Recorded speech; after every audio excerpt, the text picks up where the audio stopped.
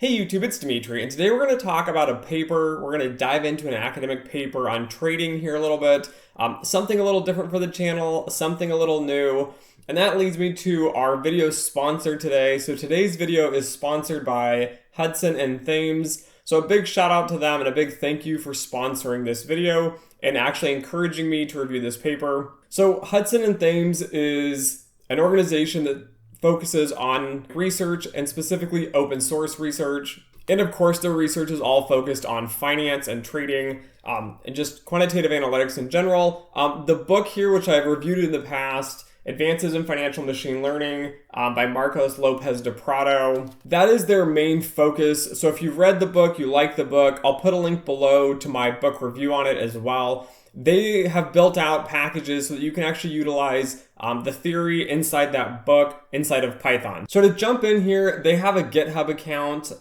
They lay out all the different packages. You can see here they have, for example, like clustering, they have ensemble, features, filters, labeling, all kinds of stuff that's inside the book. If you're interested, it's in a nice, easy package to use so you can figure out what you're doing, get a little more hands-on experience, without having all the headaches of trying to code and find the bugs in your own code.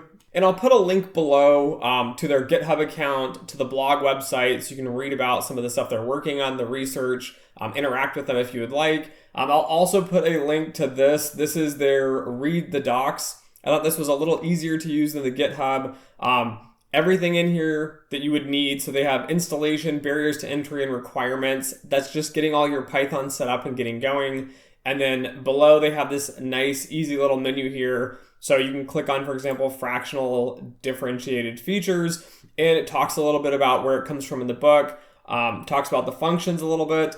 And then of course you can go to the GitHub and you can use their package to actually implement this on real data. If you like their content, please support them and click the little star here. So star them up that you like their package. Go ahead and download it though, give it a try first. Read through a lot of their material. It's a great source of information for kind of getting going and seeing different ideas out there. It's also an amazing way to connect what you learn in the Marcos de Prado Lopez book with actual hands-on programming and examples. So anyways, without further ado, let's dive on in.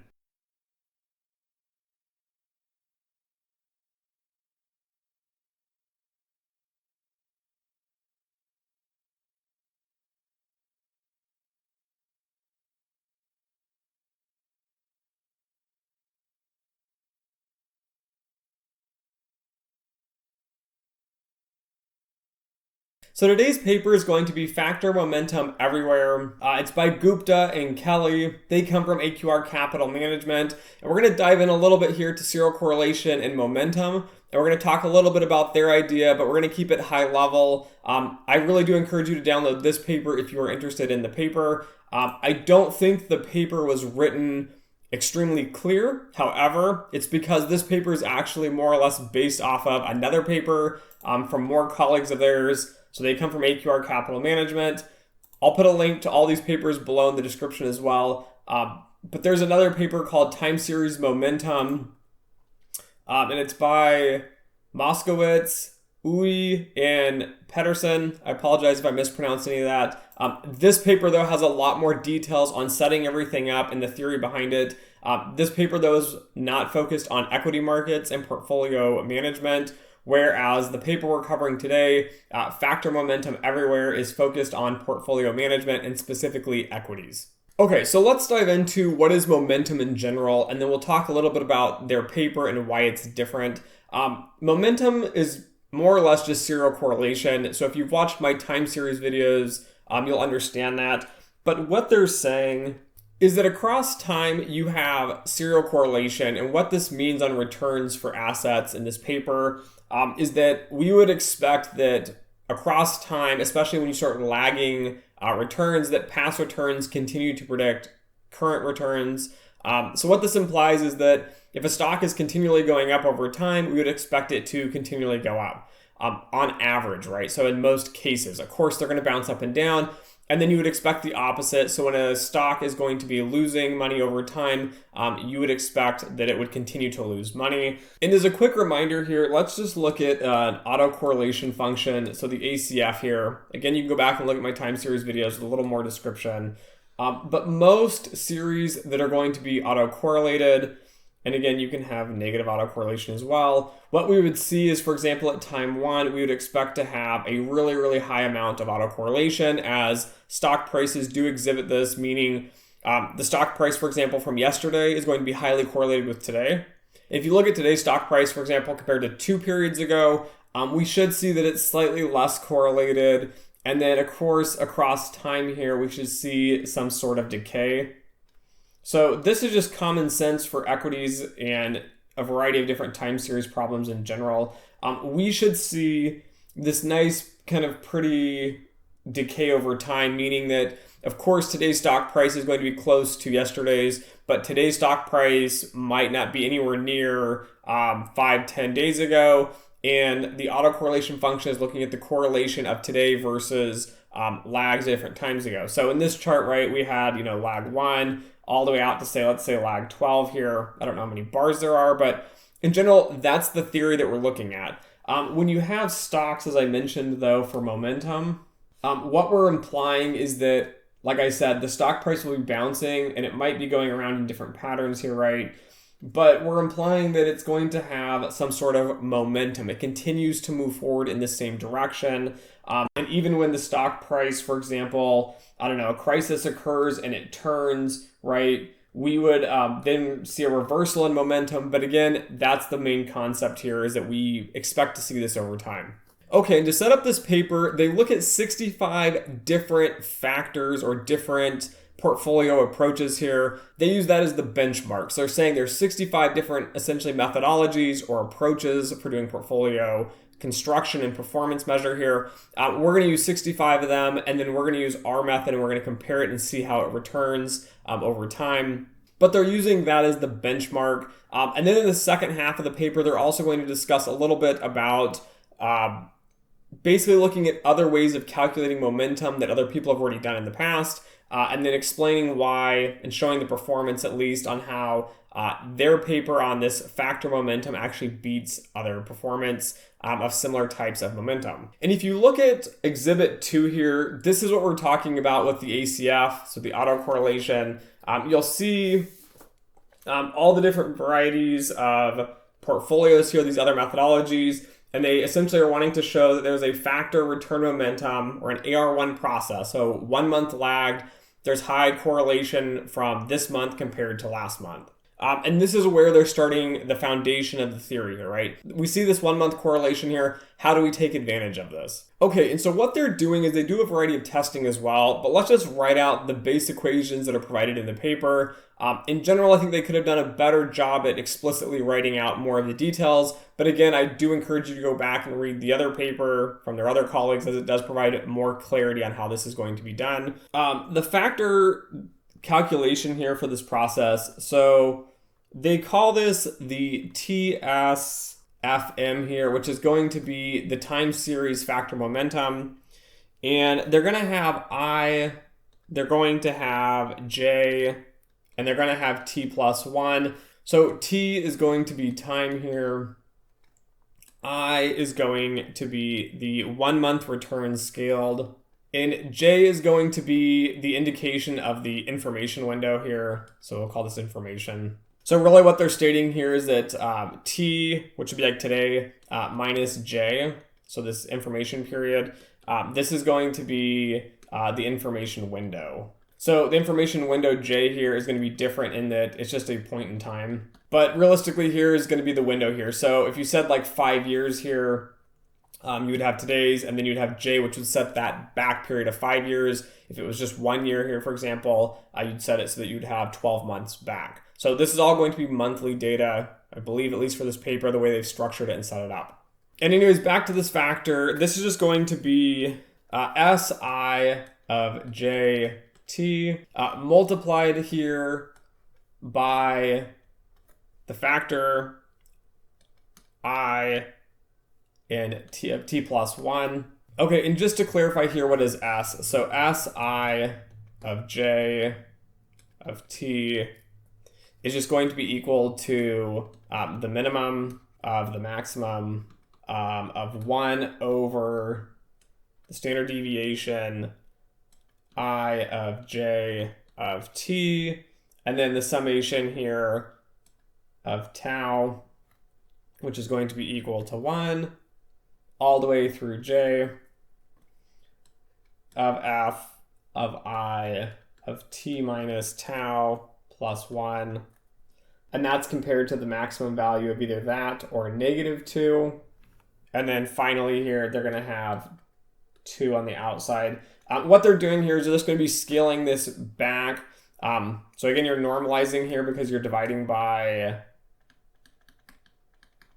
the standard deviations here of the asset or the portfolio that you're looking at specifically. The maximum value here, so the z-score, this is going to be a maximum of 2, so it's 2 standard deviations.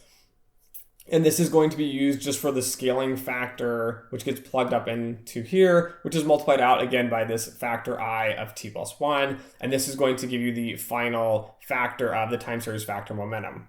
And then finally, the claim here is made on page 17. So if you're wondering where I'm getting all these from, they're going to say here, the benefits of factor timing can be assessed in terms of alpha by regressing the scaled factor on the raw factor. So when we had the equation above, we had the raw factor. But what we're going to do is we're going to regress here the time series factor momentum of I, J, and T into a simple linear regression here such that alpha is I of J plus your beta of I, J multiplied by your factor, so the raw factor here of I of T, and then plus your error term at the end of I, J, and T. So what they're trying to state here is that this alpha should be positive, indicating that they have some excess return. So the alpha here, as in investing terms here, this is going to be your excess return. And if you look here at Exhibit 3, Panel A, you can see that the time series factor momentum has the largest value. So it has the highest alpha. This means essentially that it's going to be having the highest return. And it's plotted out here with all of these different 64, 65 different other theories and factors. And I should note, as the paper states here, the little bars around the estimates, if those bars, the lower end of the bar is above 0, it will be statistically significant at a 5% confidence interval above 0, meaning it is not equal to 0. And of course, the thing you should be asking yourself is, so what, right? I don't care that it has a high return. What we really care about is the risk-adjusted return. And so, of course, they do provide this as well here. If you look at panel B, you can see the annualized Sharpe ratio, where the Sharpe ratio is trying to control for the risk-adjusted return. And again, we continue to see the time series factor momentum is still outperforming. So in these equations here, right, I'm doing a lot of math. It can be a little confusing for many of you. What we're trying to state here is that we want to look at today's monthly return here. So we want to look at this month's return or this past month return, right? So we have all the data for the month. We want to look at this based on different windows. So we want to look, does this work for, 1 month? So this is our current month. Is this performing on, 1 month prior? Is this performing on 3 months prior? Is this performing on 6 months, 12, 36, 60? Those types of things. And then they also look at, okay, what is, the last 2 months prior? How does that compare onto 12 months? And how does 13 months prior compare to 60 months? These are the different ratios. They're trying to essentially adjust how the comparison is working to see if this theory actually works across multiple time frames. So what they're trying to show here is that, of course, the most recent periods are going to be better indicators, right? So the 1 here in Exhibit 4. But as you expand these out into longer and longer time periods, they're stating it's still holding. So we're still seeing positive returns here in alpha, so excess returns above the market risk. But what they're trying to state is that this is going to hold on different periods. Yes, you can use this to optimize to specific windows, but of course, on a logical standpoint here, shorter windows are going to provide you better returns and even risk-adjusted returns. But from an analytical perspective here, from my side, it's interesting to see here in Exhibit 4, Panel A, the raw expected returns, that actually the 1-6 window outperforms the 1-3 window. Again, is this an anomaly? Is this dependent on the data they selected? We don't really know. But in general, there's a lot of charts and a lot of data in here indicating that their method or theory, the way they tested it, is actually providing superior returns. And I think Exhibit 6 here, so again, go read the paper. There's a lot of details and information in it, but Exhibit 6 I think is interesting in the fact that they show from 1965 through 2017 that their time series factor momentum continues to outperform other types of momentum and other types of measurements. So for example, UMD, which is stock level momentum, again, does fairly well. So it's one of these indicators that momentum is a theory that exists in trading that seems to work fairly well depending on how you implement it. But again, they're trying to show here that it's outperforming these other windows.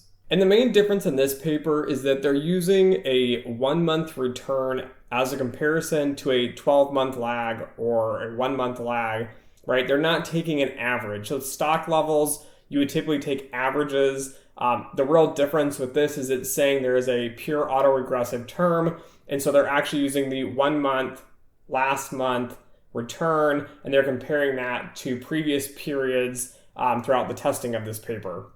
And then to kind of wrap up the paper here and somewhat of this video, so it's interesting to see at the beginning of the paper that there is a portion here where it's like it's outperforming all these other types of analytics. So for example, like I mentioned, the Fama-French 5-factor model. So if you haven't done factor models in general, I'd actually encourage you to go look at the Fama-French 3-factor model because there's a ton of information out there on that. And then 5 factors, just adding in 2 more factors, it'll give you a sense of factor modeling. And that's fine, and that's an interesting perspective, but I also like that the paper at the end here compares these two other momentum factors. So they do a comparison here in Exhibit 8, so the comparison of these momentum strategies, and they show here the expected return of the time series factor momentum from this paper outperforms the other methods such as UMD, IND, MOM, and STR. So STR is going to be the reversion effect here, so momentum is going to be the continuance over time. STR is going to be the reversion. So they would expect that a lot of times we see like a jump, there's going to be some sort of reversion here. And again, they try to show this and factor this into the comparison, and they try to show you the different alphas here for these different models as well. All right, and something else here just to kind of wrap up here, the cost of transactions is huge. This is something that can kill a lot of strategies. I believe the paper points out here that STR, that reversion technique, a lot of times the transaction costs end up killing the strategy. So yes, there might be, for example, an opportunity to make money, and yet your transaction costs are so high that it cancels out or makes the position or the theory here negative, and you can't actually take advantage of this in many cases. There are ways around that. I'm not going to cover that in this video. But I do like Exhibit 13 they provide in the paper here, which is the turnover and the net Sharpe ratio. So you can see the average annual turnover here. It's quite expensive here with the time series factor momentum for the 1-to-1, so 1 month with a 1 month window. But if you look at the 1 month with a 12-month window here, we end up with a really good trade-off.